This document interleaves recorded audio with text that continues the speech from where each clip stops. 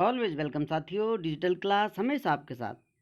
इंजीनियरों, अपनी machine design series चल रही है। जो भी कंटेंट अब तक आपने पढ़ा है और आगे इस वीडियो में पढ़ने वाले हैं, सारा कंटेंट आपको पीडीएफ फॉर्मेट में अवेलेबल है।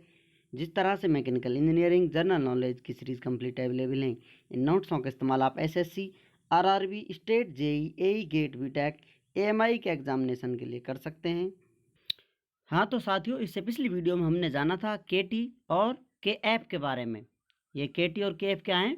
थ्योरेटिकल स्ट्रेस कंसंट्रेशन फैक्टर, या दूसरा कहा जाए जो एक्चुअल स्ट्रेस कंसंट्रेशन फैक्टर के बराबर होता है। इनमें दोनों में डिफरेंस आता है, दोनों अलग अलग वैल्यू रखते हैं अपनी। क्योंकि केटी को एक तरह से कहा जाए थ्योरेटिकली डाटा गिवन होता है या फिर डाटा मान लिया जाता है, तो केटी को इस प्रकार से कंसिडर कर चलते हैं, या इपॉक्सी मॉडल पर जो टेस्ट किए गए हैं उनके हिसाब से और मटेरियल के लिए ये वैल्यू मान लेते हैं कि स्ट्रेस कंसंट्रेशन की वैल्यू ये होगी, इसलिए इसको थ्योरेटिकल स्ट्रेस कंसंट्रेशन फैक्टर के नाम से जाना जाता है या उसी प्रकार कंसिडर किया जाता है। जबकि एक्चुअल में मटेरियल डिफरेंट होता है, डिफरेंट कंडीशंस होती हैं, उसकी वैल्यू आपको अलग प्राप्त होती है, जो कि केटी से कम वैल्यू प्राप्त होती है, क्योंकि लोड आप फ्लक्चुएटिंग लगा रहे हैं। तो इस प्रकार से आप मान सकते हैं केटी की वैल्यू आपने एक्यूरेट निकाल ली है। लेकिन यहाँ पर आप यदि लोड को फ्लक्चुएट कर लेते हैं, फ्लक्चुएटिंग कंडीशन में ये बराबर नहीं हो पाता, वैल्यू चेंज हो जाती है, तो एक्चुअल में आपको डाटा अलग मिलता है। इसलिए ये थ्योरेटिकल और इसको एक्चुअल या फटीग स्ट्रेस कंसंट्रेशन फैक्टर के नाम से हम जानते हैं। जैसा कि पिछली स्लाइड में जाना था, डक्टिलिटी और ब्रिटलनेस वो बिहेवियर हैं किसी मटेरियल के जो स्ट्रेस कंसंट्रेशन फैक्टर को प्रभावित करते हैं, या इनकी वजह से स्ट्रेस कंसंट्रेशन फैक्टर प्रभावित होता है। द डक्टिलिटी या कहा जाए और brittleness of the material has a pronounced effect on its response to stress concentration. किस प्रकार से मटेरियल रेस्पॉन्स करेगा वो उसकी बिहेवियर पे, उसके स्ट्रेंथ ऑफ मटेरियल वाली प्रॉपर्टियों में से क्या प्रॉपर्टी है मटेरियल की? डक्टिलिटी है, डक्टाइल मटेरियल है, ब्रिटल मटेरियल है, तो उस पर काफ़ी डिपेंड करने वाला होता है स्ट्रेस कंसंट्रेशन फैक्टर। अब आगे आते हैं साथियों, the type of load whether static और cyclic affect the severity of stress concentration. या तो लोड आपका हो सकता है स्टैटिक कंडीशन में लगा हुआ हो, सेम लगा रहे, कांस्टेंट बना रहे, या साइक्लिक हो, रिपीट होता रहो, बार बार चेंज होता रहे, किसी प्रकार का फ्लक्चुएटिंग लोड हो सकता है। तो उसमें जो उसकी तीव्रता है, जो इसके इफेक्ट आपको मिलेंगे, या कहा जाए किस प्रकार से प्रभावित करेगा स्ट्रेस कंसंट्रेशन को, वो अलग अलग होगा।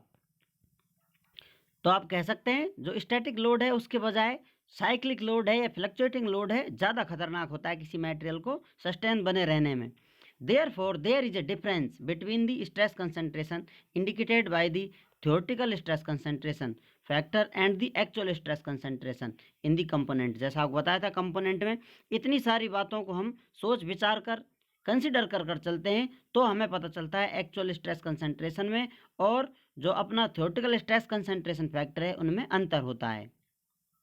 कितना अंतर होता है, कितना अंतर होता है, किस प्रकार का अंतर होता है, ये सब भी आगे जानेंगे। लेकिन अभी देख लेते हैं मटेरियल डक्टाइल हो या ब्रिटल हो तो किस प्रकार के इफेक्ट आपको देखने को मिलेंगे। Ductile materials under static load.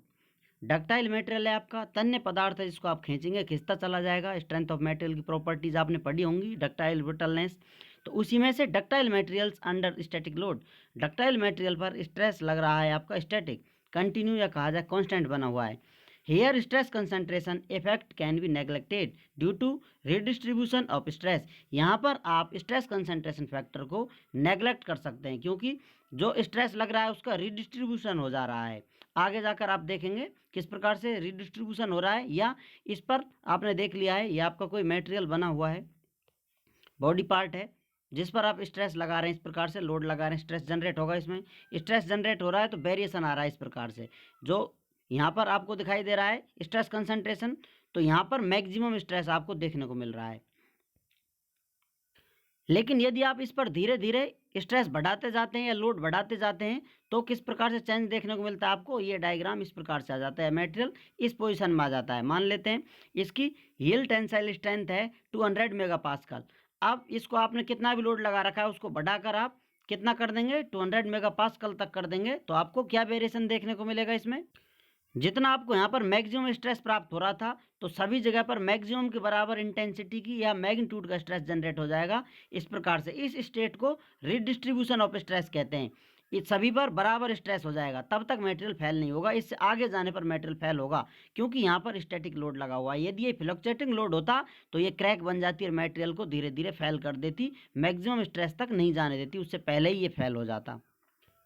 तो आप यहाँ देख सकते हैं, इस प्रकार की कंडीशन हो, स्ट्रेस कंसंट्रेशन हो, यहाँ पर क्रैक हो सकते हैं, हॉल हो सकते हैं, अनइवन डिस्ट्रीब्यूशन हो सकता है, या स्ट्रक्चर है जो यहाँ से अलग फॉर्मेट में बना हुआ है, तो स्ट्रेस यहाँ पर जनरेट हो जाते हैं, स्ट्रेस कंसंट्रेशन क्रिएट हो जाता है। इसको इस प्रकार से स्ट्रेस बढ़ाया जाए इस पर, तो रिडिस्ट्रीब्यूशन हो जाता है, रिडिस्ट्रीब्यूशन ऑफ स्ट्रेस है, स्ट्रेस बदल जाते हैं, मैक्सिमम लेवल तक आ जाते हैं, तब तक कोई दिक्कत नहीं है, क्योंकि यहाँ पर स्टैटिक लोड लगा हुआ है। आपको मेटेरियल फेल होने के कोई चांस नहीं लगेंगे, क्योंकि इतना ये स्ट्रेस झेल सकता है। आफ्टर प्लास्टिक डिफॉर्मेशन स्टार्टेड, इसके बाद मटेरियल में प्लास्टिक डिफॉर्मेशन स्टार्ट हो जाएगा, मटेरियल की डायमेंशन घटने बढ़ने लग जाएंगी और परमानेंटली ये डिफॉर्म हो जाएगा। तो उम्मीद करते हैं विद्वानों, वीडियो में दी गई अब तक की जानकारी आपको अच्छे से समझ में आई होगी। अभी भी आपका कोई कंफ्यूजन है तो आप हमसे कमेंट कर पूछ सकते हैं। साथियों, आप चाहें तो कांटेक्ट कर सकते हैं, कांटेक्ट लिंक आपको वीडियो डिस्क्रिप्शन में मिल जाएगा। वीडियो को अंत तक देखने के लिए, चैनल को सपोर्ट करने के लिए आपको दिल की गहराइयों से बहुत बहुत धन्यवाद। मिलते हैं नेक्स्ट वीडियो में। जय हिंद, वंदे मातरम।